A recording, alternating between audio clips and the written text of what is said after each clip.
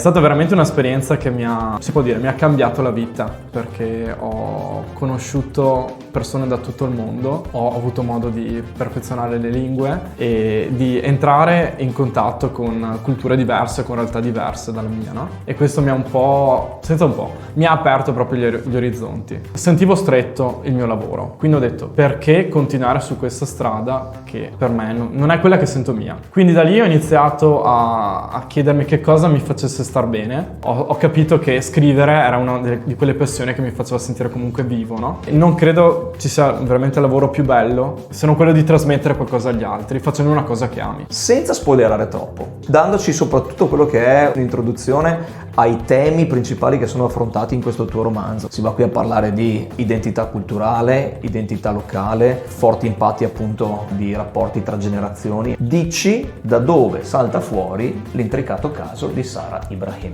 Quello che fate, fatelo con passione, portatelo a termine impegnando appunto delle forze che magari pensavate di non avere, eppure guarda un po', ce l'abbiamo fatta. Ci riusciamo, ok? O stiamo per farcela e quindi siamo ancora più motivati a portare a termine appunto queste, per quanto riguarda la mia dialettica, ricerche, per quanto riguarda la tua scrittura.